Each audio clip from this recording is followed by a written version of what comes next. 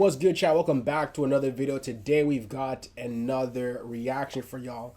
This video is called "It's Time for Us to Be Honest About Female Rap." Now, I ain't gonna lie, I don't think that female rap is that bad. You know what I'm saying? If y'all have been following this channel for a while, you know that I do reactions to female rappers, and I'm really out here advocating. I be letting y'all know who's fire. I be trying to put y'all on, etc., etc. I feel like this video is going to be more on the negative side, talking about the faults in the female rap space, which is alright. They do have their little shortcomings and whatever, but the male rap space has it as well, you know what I'm saying? So I'm hoping that this video could do its part to at least shine some light and like cover both sides, but we'll see what they talking about. Once again, it's time for us to be honest about female rap. Let's get it. Let's go. For a brief moment, it really looked like the women in hip-hop were leading the entire genre. With no new male superstars rising to replace the big three, female rap experienced a resurgence like never before. From Cardi B to Megan Thee Stallion through to Ice Spice, Sexy Red, and Doechii, it seemed like new female rappers were breaking through every couple of months. But now it's starting to look like a lot of those impressive numbers were masking something else entirely, because behind the glossy music videos, major label budgets, and carefully curated IG feeds, there's a much darker side to the female rap game. Take Saweetie for example. Ever since she entered the spotlight with Icy Girl, Saweetie's career always carried the suspicion that the machine behind her was way louder than the music, with some labeling her as an industry plant. So when Single Life dropped in 2022, it confirmed what many had suspected all along. 13 million followers, hundreds of thousands of likes on all pictures, but the album sold less than 2,000 copies. That's crazy. That math ain't adding up. After a streak of multi-platinum singles that many believed were carried by classic samples, her numbers ended up proving two things. First, that the label was doing all the heavy lifting, and second, that she never had a fan base to begin with, so Saweetie shifted to whatever else could keep her afloat. According to a woman named May, who claims she was her former manager, Saweetie had allegedly been working as an escort behind the scenes to capitalize on her male fan base and maintain the lifestyle she was accustomed to. "I see you playing internet games," May wrote in a series of since-deleted IG posts. "Let me know how you want to play this. I'm either going to receive my money from you, or I can start addressing some of them rumors with TMZ. We spent almost a month in Africa. You should know I wasn't going to let you play me out some money." In a set of since-deleted text screenshots, she even revealed that Saweetie's fiance, soccer star Jadon Sancho, was initially playing customer. "Instead of paying me, she fell in love with the client and told him not to pay me," May claimed. "I was a road manager with her getting her deals. I was solid to this girl." Practically as soon as these accusations came out, Saweetie and her team issued a statement completely denying them. But as anyone in the industry knows, once a rumor like this spreads, the damage is already done, which, in all honesty, is a damn shame when you consider where we were just 5 years ago. Even so, Saweetie's story is just one piece of a much larger problem, because female rappers have never had it easy, and for years the industry has shown exactly how little respect it has for them. What about a female rapper? I always felt like, I know you dibbled and dabbled with different artists, that other female rappers, but is that something you feel like? I never did it because I always thought like I would end up a female rapper. Let's be real. The internet is a pretty shady place. Every site wants to track you, and half the time you don't even know who your data is being shared with. But that's why I use today's sponsor. Come on, bro. Oh my gosh, long ass ad, bro. Holy. Oh! I never did it because I always thought like I would end up a female rapper. The business up here. I'm so focused on my business. I gotta be honest with you. She looking good. I'm spending so much money on her photo. I ain't gonna lie, I can't even hate on that logic, because I'll be the same way in terms of like, if I'm it's not that I don't work with women, but like if I work with a woman, bro, that's it. You know what I'm saying? Like, our relationship is very like arm's length, because I never want you to go out and say, oh, Jaspi did this, oh, TNG did this, oh, XYZ. So as soon as you've established that we're working together, whether I'm shooting a video for you, I'm doing pictures, you come to the studio, whatever, any type of work I do with you, GG's. I'm no longer texting you on some like cool shit. I'm no longer inviting you over to the crib. We're no longer hanging out alone unless if it's work related, like GG's. Because again, bro, I'm not finna let some girl ruin everything I've built, bro. It's not happening, bro. I've worked way too hard for this shit, so I get it. Although it sucks and it's stupid, because like, you know what I'm saying, a woman might just be like, man, I really just want this opportunity, XYZ. Again, on my case, I never said I won't work with women, so that's different. You know what I'm saying? I'm just very cautious once that begins. But I know people who say they're specifically not working with women for that reason. And it sucks because then it's just like, man, like this woman has been denied an opportunity based on something that was decided before she was even born. You know what I'm saying? So the second she was born, she was canceled out from that job opportunity, which is unfortunate. You know what I'm saying? Oh! So I hear it. Oh, shoot. I got a couple times. For a while at least, it felt like female rappers had fought past the industry politics that defined so much of their rise. But with the recent collapse of the wave, made worse by situations like Saweetie's, it risks giving those old beliefs a second life. So how exactly did we get here? In terms of superstars who dropped albums this year, they don't come much bigger than Cardi B. Rising to the peak of the game way back when she dropped Bodak Yellow, Cardi's Invasion of Privacy wasn't just a multi-platinum record, but one that actually won the Grammy's Rap Album of the Year, despite much of the album being penned by ghostwriters. From there, Cardi dropped a succession of big singles such as Up and WAP, solidifying her status as one of the biggest and most commercially viable artists out there. But after a certain point, it seemed like Cardi went from striving to make her name in rap to simply reaping the rewards of the success she'd obtained. Whether complacency or politics behind the scenes, Cardi took a backseat from music to focus on raising her family, only turning up to provide the occasional feature or collect on her $1 million appearance fee. Alongside a messy divorce from her ex-husband Offset, which led to custody battles and rampant slandering between the two, Cardi fans began to wonder if the long-awaited follow-up to Invasion of Privacy would ever emerge. 7 years later, they finally got what they wanted with Am I the Drama, even if it relied on older singles to inflate the numbers. And as it turns out, that was the safest move they could have made, because the new tracks fell out of the charts at a lightning-quick pace. Certified double platinum by day 10 thanks to the 5-year-old singles Up and WAP, Cardi's victory on the charts couldn't help but seem hollow, because once the dust settled, it became clear that the hype around Cardi B's return was stronger than the actual music itself. With her new song slipping off the charts faster than anyone expected, the only thing keeping the numbers alive were hits from half a decade. See, and we got to give women a lot of respect, bro, because you see her right here performing as she's pregnant, bro. Like, I feel like women get so much extracurricular shit that they gotta deal with. Like, I don't remember who it was, but like they were having a conversation. I think it might have been on a podcast or whatever, and they were just talking about how, you know, they had to make the tough decision between choosing their career or choosing to start a family. You know what I'm saying? Because as soon as you go down that route, bro, you can't be rapping, you can't be the studio, you can't be the clubs, you can't be doing, you know, events and showings and bookings and whatever else. So it's like, not only that, the whole misogyny in the rap game, like even Rick Ross, what he was saying, like girls just don't get treated so well. So it's like I do be seeing like women rappers just take, like Megan Thee Stallion, for example. Look at what she's been like going through with this whole case and how the media has been attacking her crazy, and she has to take that all on the chin while continuing to make music. You know what I'm saying? Like everything that she's got going on is public. Her court dates are public, XYZ, and she just gotta, you know what I'm saying, push through and keep making music, you know? So it's like, I don't know if I be seeing guys like juggle as much to be able to maintain the success that they got, but it's just like, man, it's unfortunate, bro. It's really unfortunate. Being off the charts faster than anyone expected, the only thing keeping the numbers alive were hits from half a decade ago. And for an artist who once defined the sound of an era, that kind of drop-off spoke louder than any plaque could. However, there are plenty of her contemporaries who would appreciate the ability to even top the charts, as their star power and sales figures just don't align. And a prime example of this is Megan Thee Stallion. Exploding onto the scene as a skilled yet unapologetically raunchy artist, Meg shot into the stratosphere with tracks like Savage and the Nicki Minaj-assisted Hot Girl Summer. With that, world domination seemed imminent, but one incident would forever alter the course of her career, and this, of course, was her shooting with Tory Lanez. During a drunken night in 2020 after an argument inside of a car, Meg was shot in the foot and later identified Tory as the shooter. But as the story unfolded, Megan found herself cast not as a victim, but as someone who couldn't be trusted.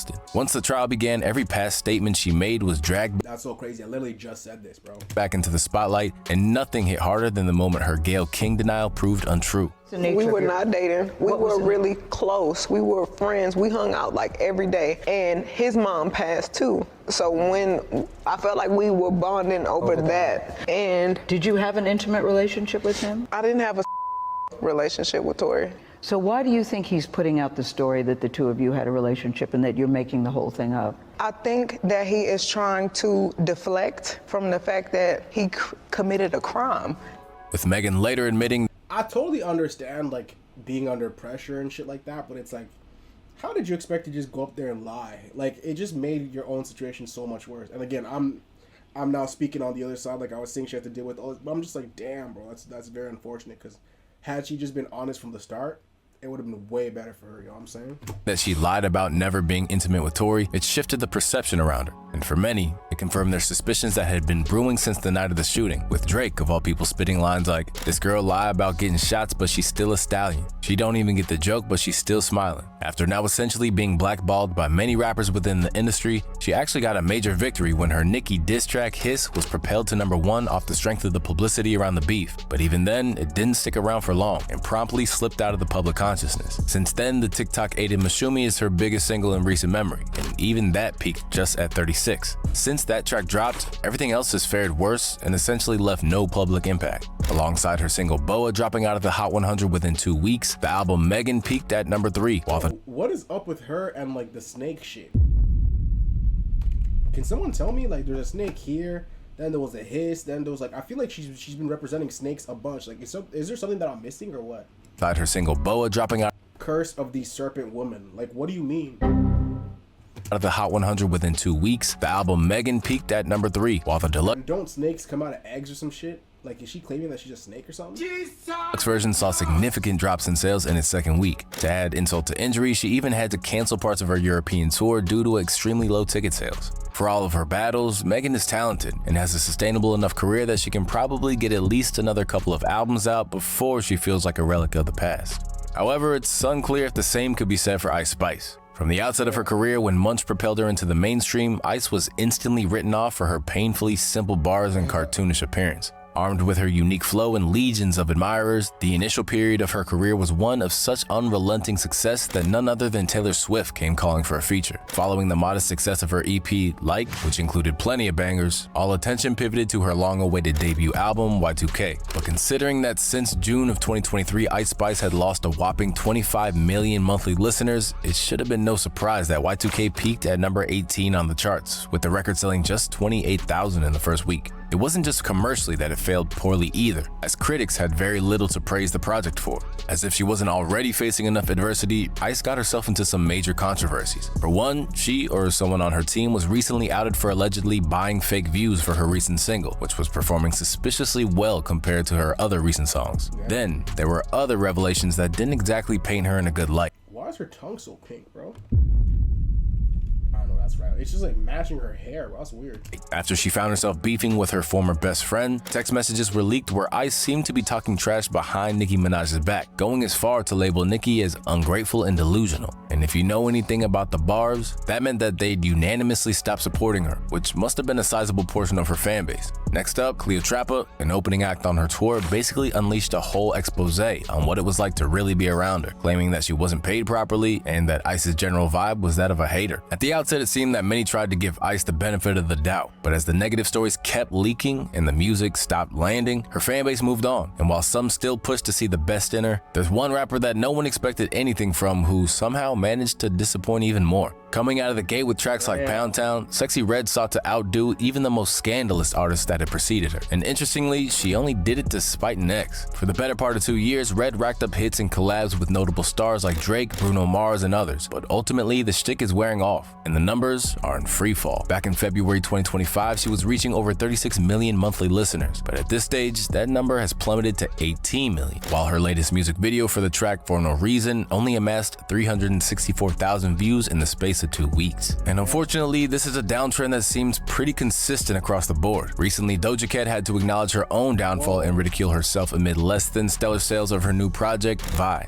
hilariously declaring that she was looking under the couch crevices for some streams. This project debuted at #4 with 57,000 album equivalent units, and while this is by no means a disgrace, it is a notable downturn from 17,000 for her previous album, and a staggering shift from the 109,000 album equivalent units that Planet Her moved back in 2021. She's hardly the only one publicly acknowledging it either. After the sheer flop that was the latest City Girls album, JT was refreshingly open about the mess of the industry right now. If you don't go hard with promoting your and putting it in people's face, like, of course it's gonna miss people, and I feel like it missed a lot of people. And then by the time people discovered it, it was discovered as a joke. Like, a lot of people found out through our record sales because that was probably the most viral thing. Like, since then, she hasn't exactly fared any better, with even her diss tracks toward Cardi B failing to generate real momentum. And if the strategy was to spark a resurgence through controversy, it clearly fell flat, because she couldn't even compel the crowd to move at a recent Jeezy show, leading her to bail out of the tour entirely. But even with her career stalling, she is right about how how female hip-hop actually operates, with both the media and consumers treating it more like a sideshow or soap opera than an art form.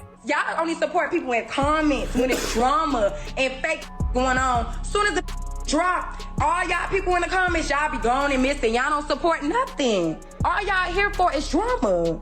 With so many female rappers floundering right now to the point where some are even facing accusations of escorting just to maintain their lifestyle, the class that once looked all-conquering has mostly fallen by the wayside. And when that dust settled, it felt like the mantle naturally fell to one last hope in Doechii. But even she isn't immune to the pressure, because despite making music since her teens and building her name independently, the success came so fast and heavy that it created its own problem. Emerging from the swamps of Florida, Doechii came up the humble way, moving from YouTube uploads to TikTok clips before being crowned rising star at the Billboard Music Awards in 2023. For now, at least, it seems that her career is flourishing in ways that most females simply aren't, with scored cosigns from major names in the game, with even Kendrick Lamar labeling her as the hardest out. Besides that, she's fundamentally talented, and seemed like the one who was capable of upturning the depleting fortunes of her once great label, TDE. Her mission to do so truly began on her mixtape, Alligator Bites Never Heal. It ultimately underperformed commercially at first, peaking at just number 124 with 11,000 records sold, but over time, the project grew into a fully fledged cultural moment that transcended hip-hop. As the momentum picked up, she wound up being nominated for a Grammy and shockingly took it home. Suddenly, she went from being praised by the cream of the crop of today's industry to being labeled an industry plant by Kanye West. And when you thought these accusations couldn't garner any more momentum, the official release of an old freestyle of hers dubbed Anxiety was only about to make matters worse. Recorded over a sample of Gaultier's 2000s classic Somebody That I Used to Know, the overexposed, omnipresent nature of the song caused an avalanche of hate to descend upon her that she's still struggling to escape from today. And now she's even taking drastic actions to ensure that she's not defined by that track, going as far to remove it from her set lists in recent performances, to the disappointment of casual fans. Now suddenly hated by some sections of the same internet that once catapulted her, Doechii's in an invariably precarious position, because now the success of Anxiety has set a strange precedent going forward in terms of what both labels and new fans expect from her. Still, with everything female rappers are facing at the moment, it's difficult to imagine anyone breaking into the rarefied field that Nicki Minaj has held for more than a decade now. And while it once looked like artists such as Cardi B or Megan Thee Stallion were strategically positioned to dethrone her, it seems that at every attempt to do this, most have collapsed under the weight of something deeper.